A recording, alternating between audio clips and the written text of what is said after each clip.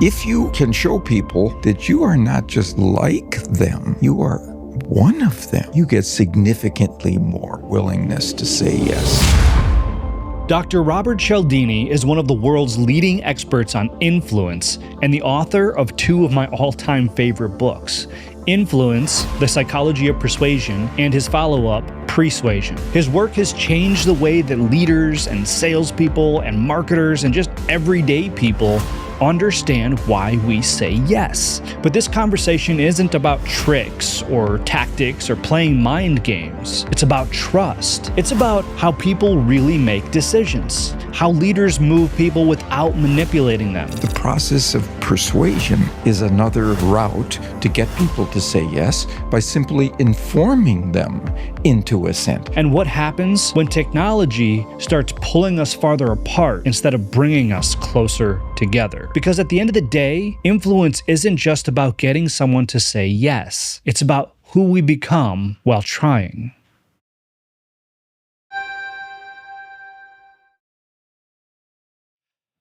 Dr. Robert Cialdini, welcome. I'm so excited to have this conversation with you. Well, I'm looking forward to it, Josh.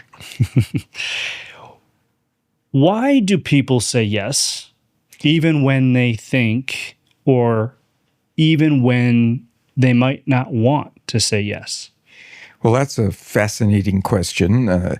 Some people try to get to yes by virtue of power, hierarchical authority, where they order people or penalize people or coerce people into moving in their direction. I guess those work, but they have long-term costs, both financial and in social capital. People just don't like being pushed in a particular direction.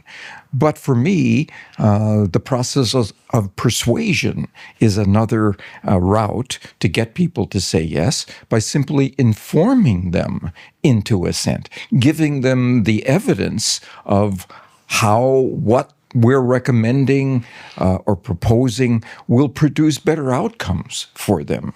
And I claim that there are 7 universal principles of persuasion, where if we include one or another into our message, we significantly increase the likelihood of assent to it, of yes to it, because we've steered people in a direction that's likely to be beneficial for them.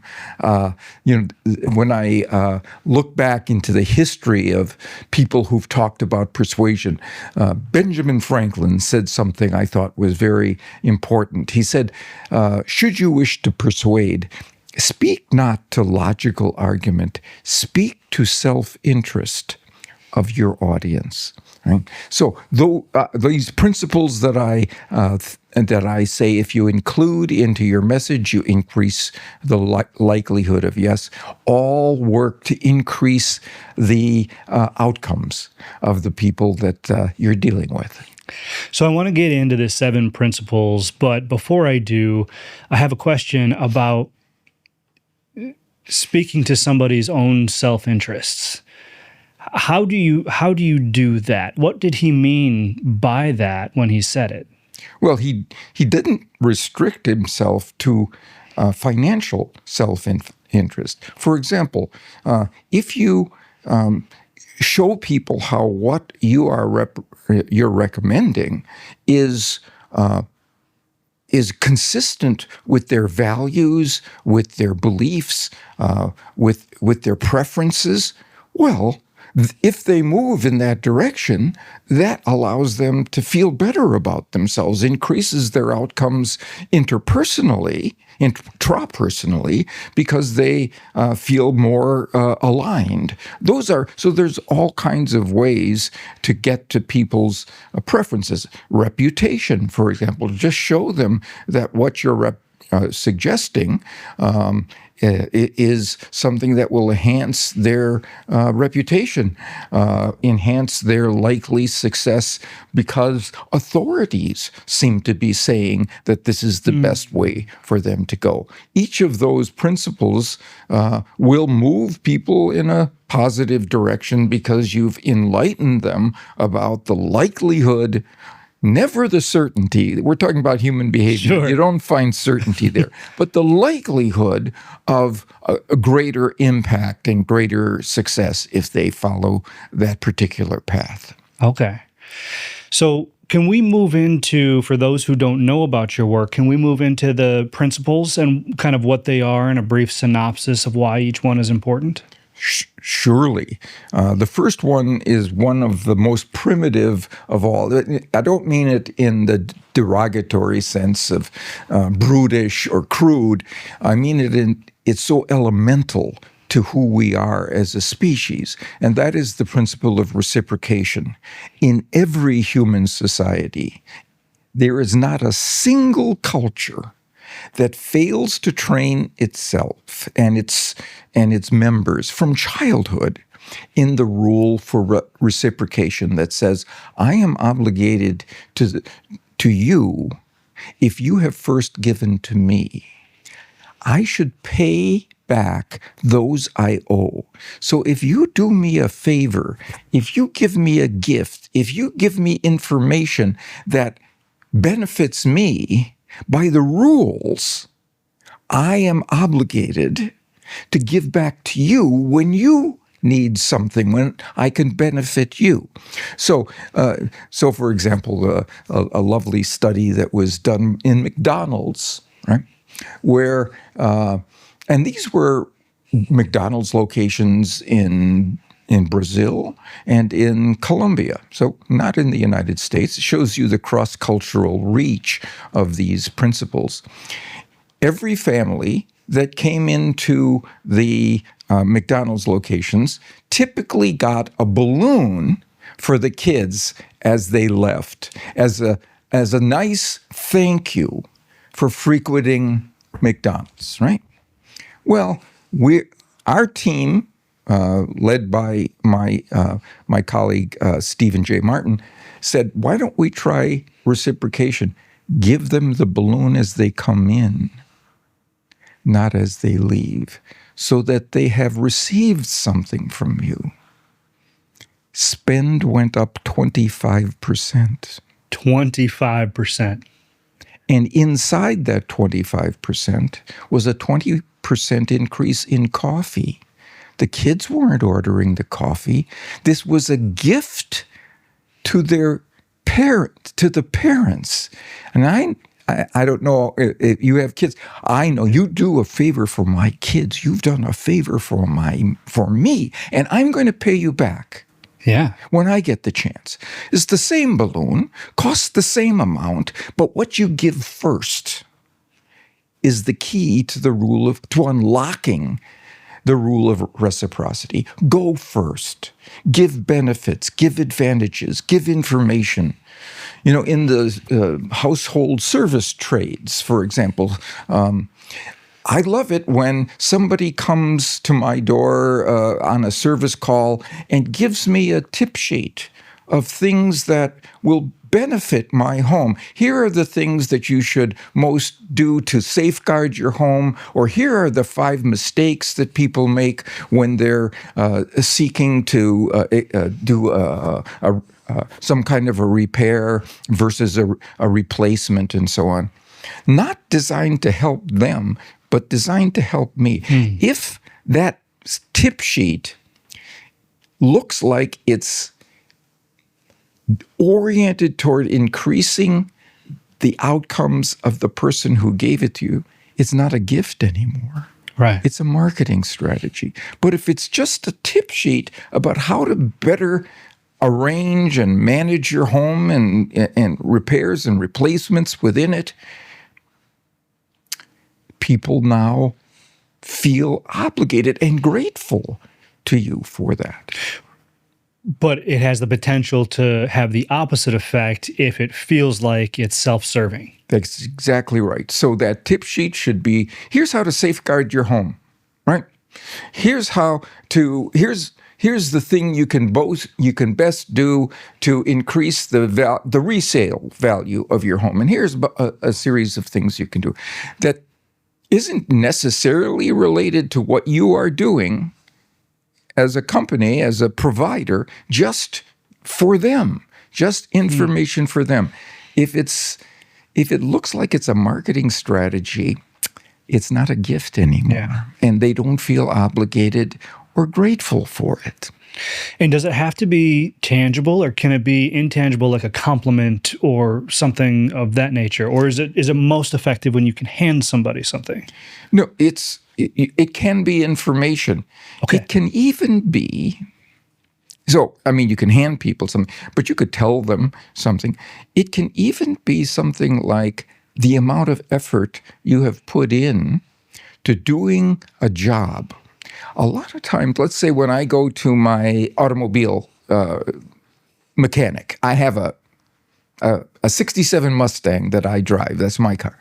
And so when I go and I get it fixed, my mechanic shows me not just the items that he replaced and how much time it took.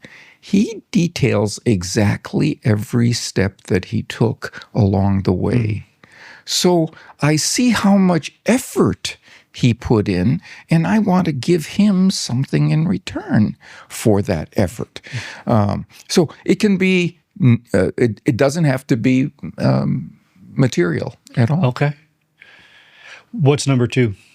Number 2 is one nobody would be surprised at, and that's the liking rule. People prefer to say yes to those they like. In every sales training program I've ever been part of, just to see how they work, they will say the number 1 rule of sales is to get your customer to like you. And then they want to do business with you. They're happy to have an exchange with you and so on. I think that's very important, but I don't think it's the number 1 rule. I think that's the number 2 rule of sales. The number 1 rule of sales is to come to like your customer and show them. And as soon as they see that you like them, all the defenses come down, because we know that the people who like us are going to do well for us, are going to take care of us. We've protected our flanks, right? By dealing with people who like us, we're not going to be gouged by the people who like us. So if we can just show people that we truly like them, so honest praise, for example, giving people a compliment, that's genuine, is an example of that. Also, showing people that you like them because you have similarities to them. Really, you were born in Michigan. I was born in Michigan, or my wife was born in Michigan, or you like Chinese food, Korean food. I love Korean food. Whatever it is. Yeah. Show them the commonalities. They recognize that if you have recognized those commonalities, you're going to like them more, because we like those who are like us. So show people that.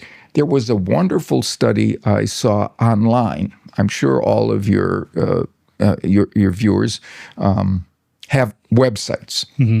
How do you get the liking principle to work online? How do you show people that you like them?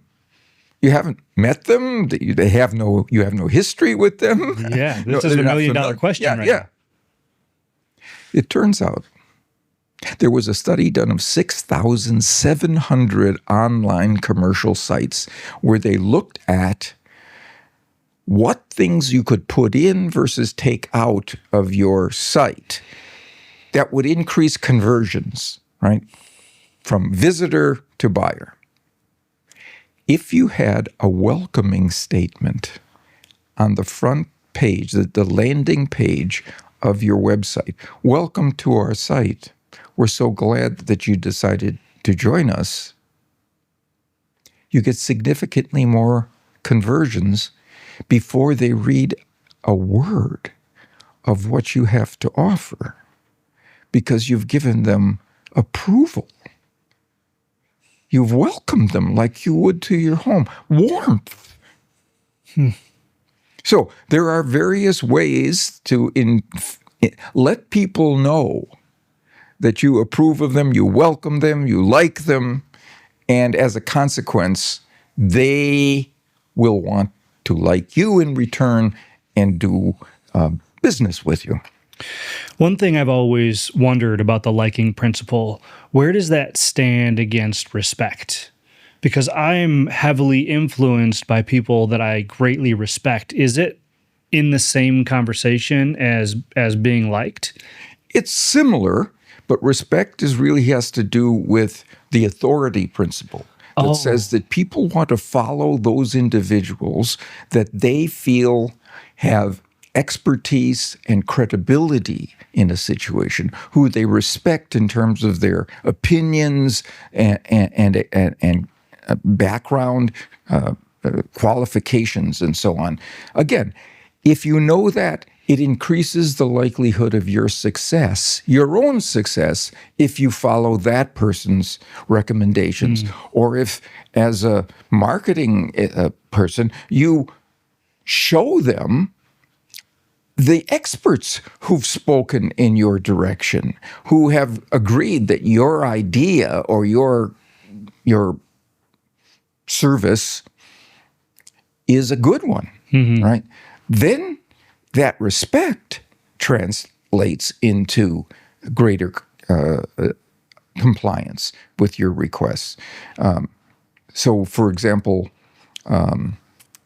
we did a study where we looked at on websites whether you listed one authority figure who testified for your product versus 4.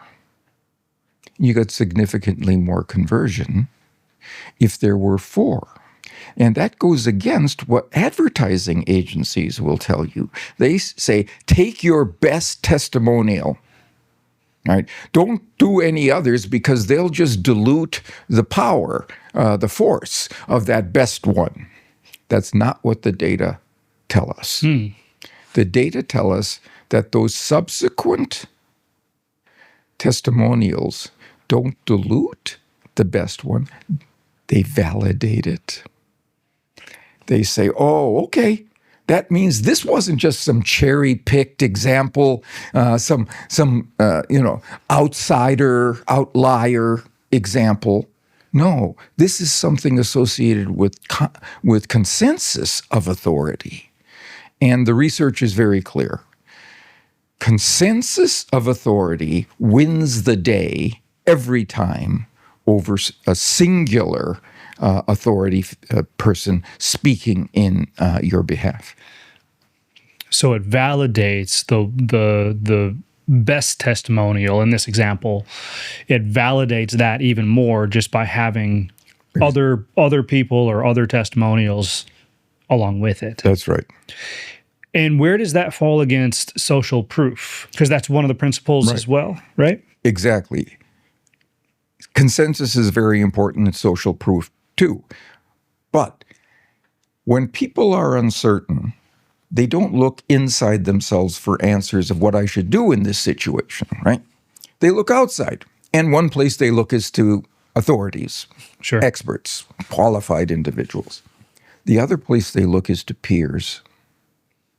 And if you can give people evidence of a lot of others just like them who have decided for your products or services, that's another accelerator of the influence process. They will say, well, okay, well, that's just like me. Then if a lot of people just like me have done it, I don't have to think through all of the pros and cons. That's a good rule of thumb to know that if I move in that direction, I'll be right too. We can go back to McDonald's, for example, where that same study that I told you about also looked at a problem that McDonald's has, which is essentially upgrading and getting people to purchase more than what they typically buy. And at McDonald's, that's dessert. When you go to a McDonald's, you choose it's a burger, fries, and a drink. Okay. They have other desserts. They have desserts. They have pies, fruit pies. They have a cookie, but the one that it is their proprietary is the McFlurry. Right? Yeah. Okay, so study was done for half of the people who came in for 1 week. The person behind the counter at the end of the order said, "Would you like to purchase a dessert?" Okay, that's the control group. That's what they normally would say. The other half of the people heard, "Would you like to purchase a dessert? The McFlurry is our most popular here." In other words, social proof. Look at all the other people around you like you, the ones right here. Right? And they got a 45% increase in the purchase of desserts. Almost all were McFlurries. Just by saying that it was the most popular. And it was true. That's the whole thing about these things. If you merely point to the true authority in the situation, you point to the true popularity in the situation, you haven't deceived anybody. You've given them valuable information that allows them to make a good choice for themselves. There was a study done in China. Shows again how far this principle can reach, these principles. In a restaurant, the researchers put little asterisks next to certain items on the menu, right? What did the asterisks refer to further down on the menu? It wasn't, "This is a specialty of the house," or "This is the chef's choice for today," or his special selection for today. It was, "This is one of our most popular items." And the choice of those items increased from 13 to 20% for each one, depending on which one it was, which was again true. Wow. And we're going to get into a little bit of the ethics behind this in a bit. So I want to put a pin in that because I believe that's a very powerful statement that you've made a couple of times now, the fact that it's true. What are we missing from the principles? Okay, so we've talked about reciprocity, we've talked about liking, we've talked about authority, we've talked about social proof. Another is commitment and consistency. People want to be consistent with what they have already said or done, especially in your presence, especially in public, right? Because it's something they value about themselves. They don't want to be seen as wishy-washy or somebody who says one thing and does another. No, they want to be seen by themselves and by the people around them as having good consistency in how they behave and what they say and do. So if it's possible to just ask people at the beginning of an exchange, right? Tell me, what are the things that would be most important to you in your benefit? What would be the things you would most like to see as an outcome here? Get them to make a public statement of something that's true. Right. And then show them how what you have is congruent with that preference.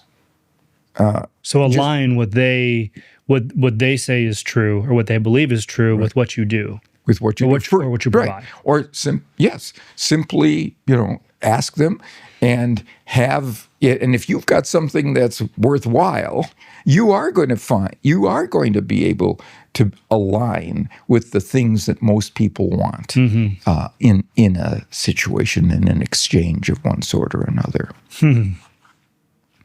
Okay, what's next? Scarcity. Yeah. We hear this one in marketing all the time. All the time. And that's because it works. People want more of those things they can have less of, right? So that doesn't just mean that you need to tell people that you have a limited supply or a limited time for them to move in a particular way. Those things work. Those things work. But that's not the only thing that works. For example, just showing people how what you have to offer is unique.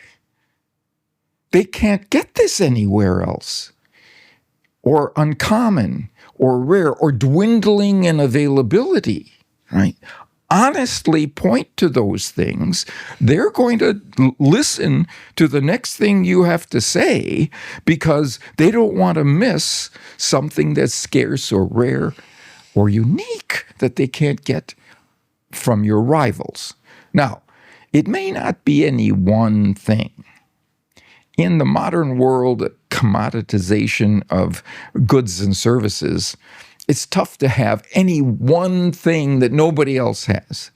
But I bet you can have a suite of features that nobody else has, a combination that conjointly nobody else has. Figure that out. Put that near the top of your presentation, and that will be, you will be well served, and so will they be well served by having access to something they can't get elsewhere. So even if what you provide is common, there's a way to organize it, say, within your business or however you offer it, that is unique to you. Right. Therefore, it's only something that you have, right, and that can play into this principle. Exactly. Now, as I said, also, you can honestly tell people that you've got only so many items left of a particular sort at a particular price. Honestly, just point to it. You can also tell people that you've got a sales option that's only good for a certain amount of time. And it turns out that one of those is more successful than the other, although they're both they're both successful.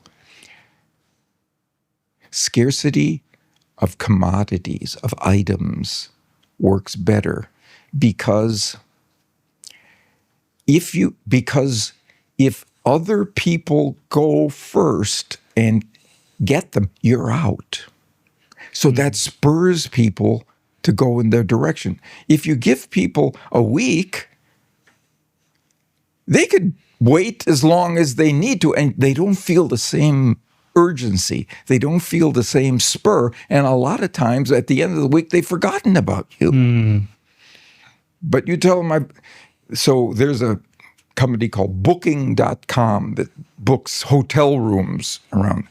And their marketing department tried something after reading my book on scarcity. They showed online this room, right? Here's this room at this price.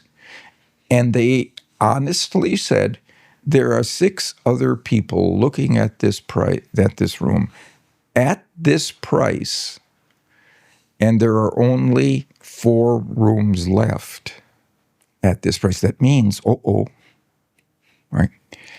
They installed this, and they got a call from their tech people who said something's wrong.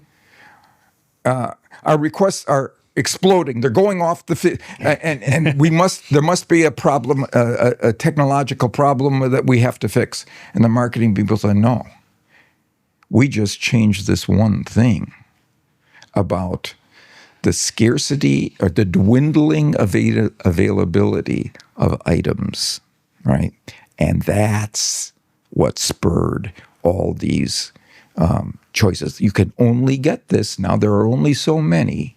So if others sweep them up, you're gone. Yeah. You don't get them at all. It's lost to you. And loss is the ultimate form of scarcity. Loss aversion. You're more afraid of losing something that you have than gaining something that you don't. Exactly right. There was a lovely study done in California, where researchers went door to door offering a home insulation package, and weather stripping, and they said to the homeowner, if you we've looked at your home, we've done an audit, and if you insulate your home fully, you will be able to save $1 a day every day on your heating and cooling costs. Right? You'll be able to gain this. That was for half of the people.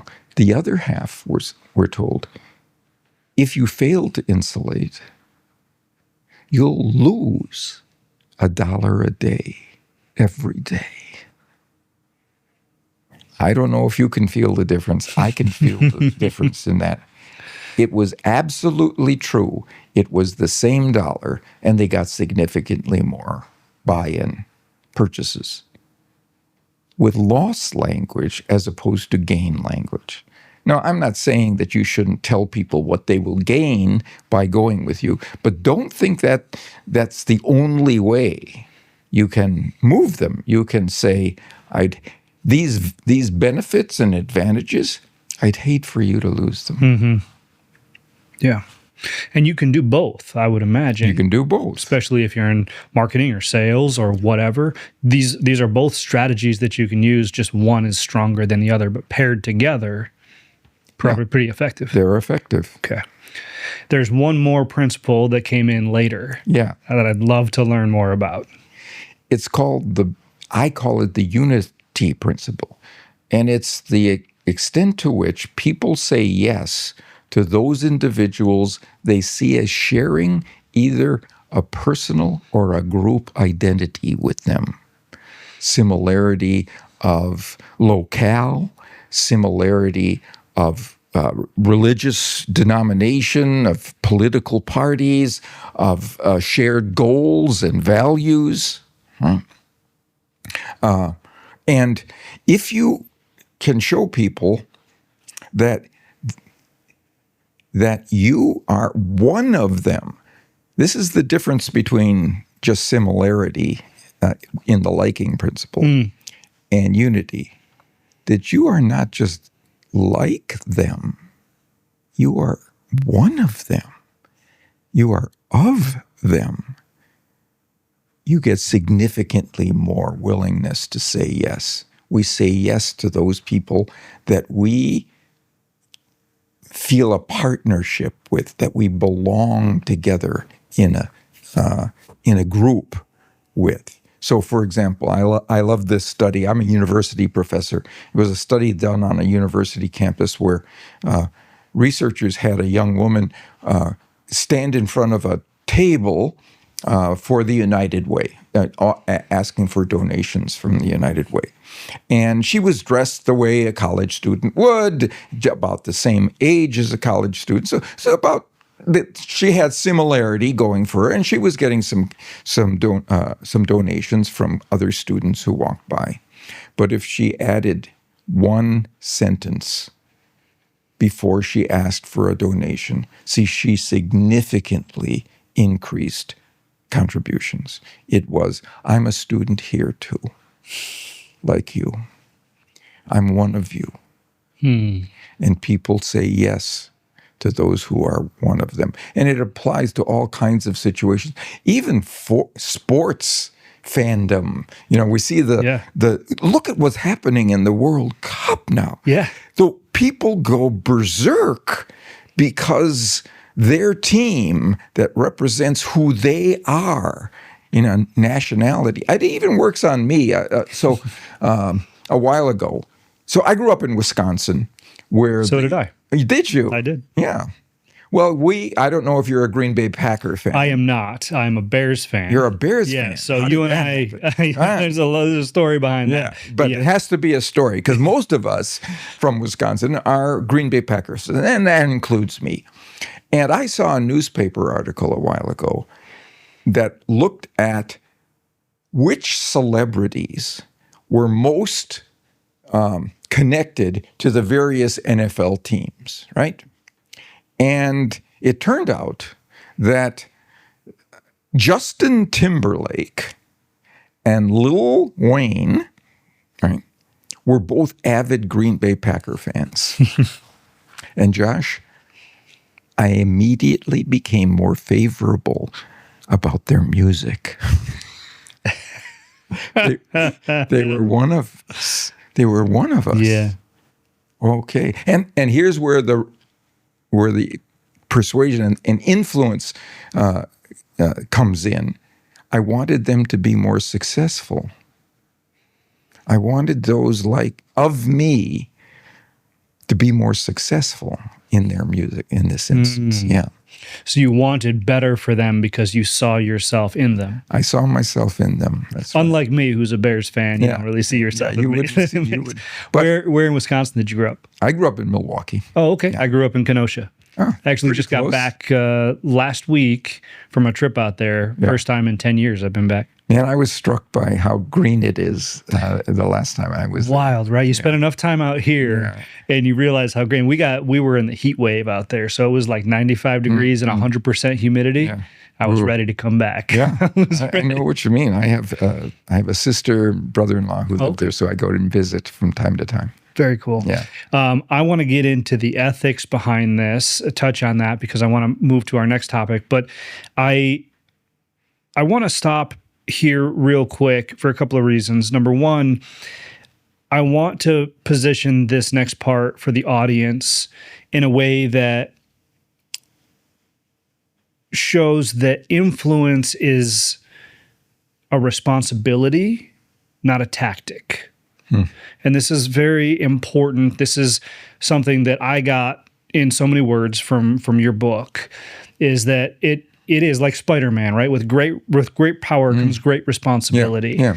And if you deploy these principles correctly, you can have a lot of influence over people. But in the wrong hands, that can be a dangerous thing. Yeah.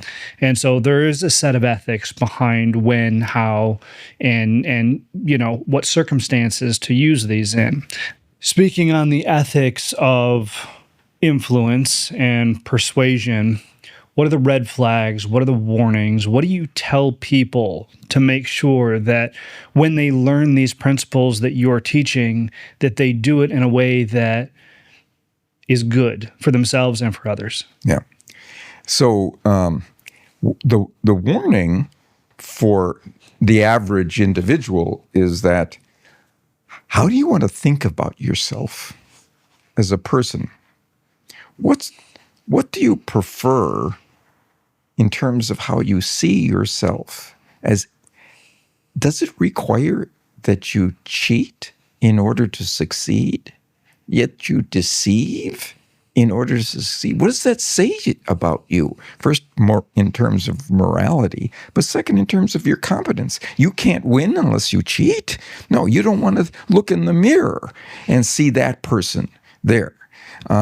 Secondly, if you feel that you have an obligation, not just to your own family, but to the human family, to increase our sense of well-being, then you want them to do well as well while you are doing well, right? And then the third one for the average person, I think, is the long term. What happens when you deceive someone into assent? They get, and then now they see that what they got is not what you promised. Yeah. They never recommend you. They will never come back. Nobody that they talk to will ever hear about the good side of what you can offer. So it's for the long term, deception is and unethical behavior is wrongheaded.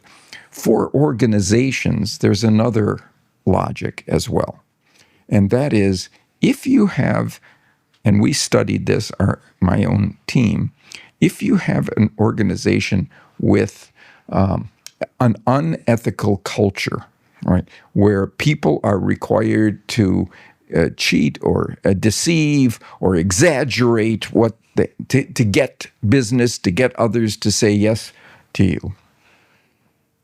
You get 3 very costly to your bottom line consequences of that. First of all, it's a stressor for people, and they, under stress, get sick more often, and you'll see that your insurance premiums are going to go up there. They're going to take a lot of days off, and they're going to be sick. They're also not going to perform well under stress. Their jobs are and we saw this in our research, their performance goes down. Secondly, they're going to look to go someplace else. And the costs of turnover are enormous, especially for the best people that you have who have the opportunity to go someplace else. They're the ones who are most likely to get a job someplace else, right? That the costs of replacing those people, enormous for an organization, right? And then finally, the people who do leave, your best people who are feeling unhappy there, are feeling stressed there, those are the people who aren't satisfied with seeing themselves as cheaters, right? Right. The people who stay are, and they will cheat you.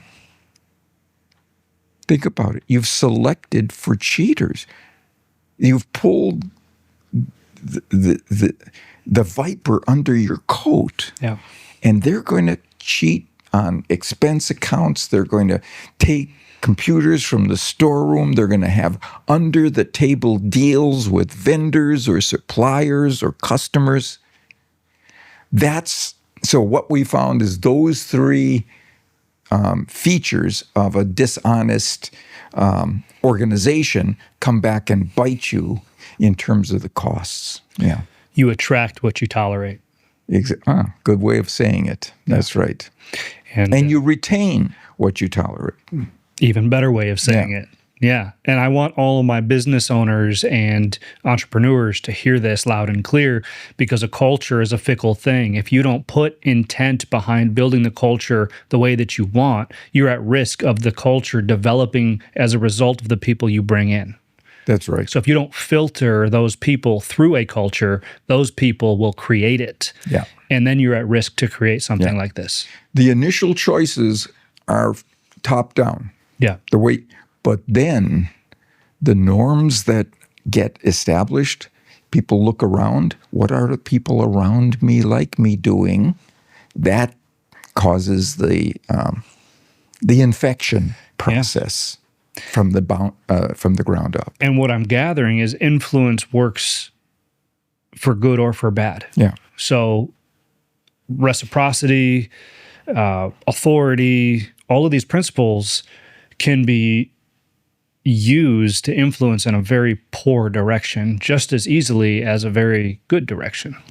Exactly right. And we just have to guard against the quick hit that we think is what we need right now or what we want right now. It has all kinds of negative consequences down the road. Yeah.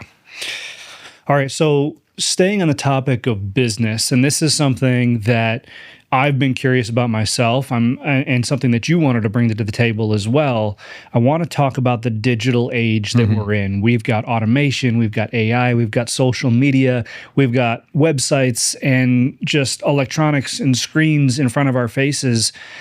I have been a big advocate, and I have seen the coming generations communicate differently now, even when they're face-to-face, because of the interactions that they've developed, let's say, behind a screen. And so socially, there seems to be some sort of a shift happening. And I want to get your take on some of the research that you've seen, especially in the lane that we're talking about now. How does this translate to words not spoken? Yeah. So you're exactly right. I think that because of advances in technology, we are increasingly separated from one another, from human connection. Yeah. We work in front of a screen. We shop by pressing a button for Amazon or whatever. We even entertain ourselves by pressing a button instead of interacting with me. We see, videos online, hip hop. We see Netflix, what it is. We even heal ourselves by going online and seeing what these online health sites are saying about our symptoms and so on. That's not necessarily bad, but it is for the process of persuasion, because the things we have always used to decide whether to say yes to somebody have involved human connection, right? Familiarity, trust, handshakes. That's right. I mean, there's a study that showed that if you make the same request of people by email versus online, versus in person, you get 16 times more assent in person than by email. It's the same request, but the human connection is pulled away. Think of how easy it is to say no to people on email. It's just some words on a screen. Mm-hmm. You don't have a real connection to that person. You don't have a chance to really come to feel connected to that individual. And so anything we can do to, we can't stop technology. That's ridiculous. That's like standing in front of a bullet train. It's coming at us. It's going to happen. But what we can do is infuse human connection into our digital communication devices and routes. Yeah, tell me more about that. How do we do that? So we already talked about have a welcoming statement on your landing page. Yeah. What doesn't cost anything. Aren't you truly welcoming people who want to come to yours? Wouldn't you feel welcoming to them? Show them. Yeah. You can also, for example, what I have done is not only do I have a welcoming statement on my website, I have my personal signature there so that they see there's a person there. There's a person there. Right? Here's another that shows that there's a person there. When I send people an email, after my signature, again, in script, not in like machine font, yep. Right? My picture is there. There's a person there. Right? I want them to connect to the idea that they're dealing with another person. Right? And how did I get this? From reading a study that's outside of the business world. It's in medicine and healthcare. The study was done in hospitals in the Midwest where the researchers sent the scans and images from certain patients to the radiologists, just as they always had, with the for the radiologist to look at, to evaluate, to make recommendations for further tests or further treatments for those people, as they always had. Mm-hmm. That was for half of them. For another half, again, randomly selected, the person's picture accompanied the scan. And the radiologist spent 3 times as much time and effort listing other treatments and tests to be done because there was a person there. Right? Show people who you are. Signature, face, welcomes. Any opportunity that you can to remind somebody that there's a person behind the screen, right? Automate the ordinary so you can humanize the extraordinary. Humanize. So, for example, we talked about social proof, right? If a lot of other people are saying great things about you and your services, products, and the way that it's typically done is you will say, look, or the websites will say, look, we have 100 5-star reviews, right? And that has been shown to be valuable. Here's what I would say. Make it 100 5-star reviewers. Think of the difference. What do you envision at 100 check marks? Yeah, or little text bubbles, or versus 100 people advocating for you, and that's your communication. And the same thing applies to testimonials. And when you say, look, we've got 4 expert testifiers, testimonials, it should be 4 expert testifiers. Yeah. Again, you envision 4 experts speaking in your behalf if you see that, if an observer sees that. So those are the ways, I think, that are available to us. Humanize. So I study marketing, and the 2 biggest increases in success of the last decade in marketing approaches are, number 1, influencer marketing, right? You've got some influencer that people trust. It's a person. It's a person there, right? And the other, I wouldn't have guessed, but through this lens, it makes sense. Handmade products. 37% increase in the last 10 years because there's a person there. Interesting. And not only that, but people point to that as well. So anything we can do to humanize, to connect. What still scares you about influence? Well, it is what you mentioned earlier, that people don't recognize the difference and the benefits of being absolutely honest in the presentation, which is a simple thing to do.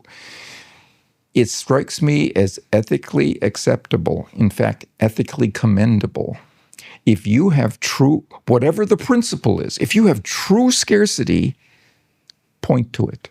If you have true social proof, point to it. If you have true authority, point to it. You don't have to manufacture it. You don't have to counterfeit it. Point to what you have in the situation that's already there. And now, not only are you going to steer people in a positive and favorable way, you're going to do so by educating them into the ascent, not deceiving them in the process. And, I think there's an extension of that which has to do with the authority principle, where I'm afraid that people aren't recognizing the distinction between being in authority, that is hierarchically powerful, and being an authority. You can get people to move in your direction because you're in charge of them, right? You can You can order them to Sure. do it. You can penalize them if they don't. You can do it. But when you're not there, they're not going to be happy doing what they're going to go around the edge. Yeah. But if you are an authority and have informed them appropriately about what makes the most sense to move in a particular direction, you don't have to be there anymore. You've changed their belief about what to do because an authority said so. Yeah. Somebody who has credibility and credentials, right, has said to do so, and then you get long-lasting results. That's great. And we talk a lot on the show about what it means to be a business owner and have your business stand on its own two legs without you there. So I think that's great. Last question. Sure. What's a question that you wish more people would ask you, and how would you answer that? I wish they would ask me, so of all the people that you've noticed in the business world who are influencing us, who do you think was the best or is the best? And the answer is Warren Buffett, who as the head of Berkshire Hathaway has shown enormous growth in the value of a share of Berkshire Hathaway stock and his company. And he does things that are so valuable in the messaging that he sends to all of his shareholders. He will say on the first page or two of his letter to shareholders, that CEOs always send, at the end of the year, he will mention something that went wrong that year. And he'll say, we did this wrong, but we learned something that this will never happen again. We've now changed our structure, our people, our training, whatever it is, that will never happen again. And then he talks about the strengths, all the things that went right. And I've been getting those letters for 25 years. And every time I say, wow, I really have to focus on the next thing this guy says because he's a truth teller. He's an honest broker of information. He's willing to talk about a drawback or a weakness, right? And then he says, but we've overcome that, or but it's overwhelmed by our positive things, and I think that's so wise as a communicator. You establish your credibility so that by mentioning a weakness, I think your viewers should think about what's a weakness that our rivals use when they talk to our prospects. What's a weakness about us that we could bring up first and show how we just overwhelm that, or we undercut it, or it's not true anymore. What one weakness could you say first which establishes your credibility so they believe everything you say after that? Because you've shown them you are a credible source of information. They just don't know it. Show them. Yeah. Wow. What a great way to build trust by putting your integrity on display. Right. Early. Not the first thing you say. No, but early, so that they see that you're dealing from the top of the deck. Amazing. All right. I want to be respectful of your time, so we'll wrap it up here. Where can people find your work? Well, we have a company called Cialdini, the Cialdini Institute. And if you go online to cialdini.com, you'll be able to see what programs we have for teaching ethical influence, either in person or online. Perfect. Dr. Robert Cialdini, thank you so much for joining me and my audience today. I know that they're going to get as much value out of this episode as I have, so thank you again. I enjoyed it. All right.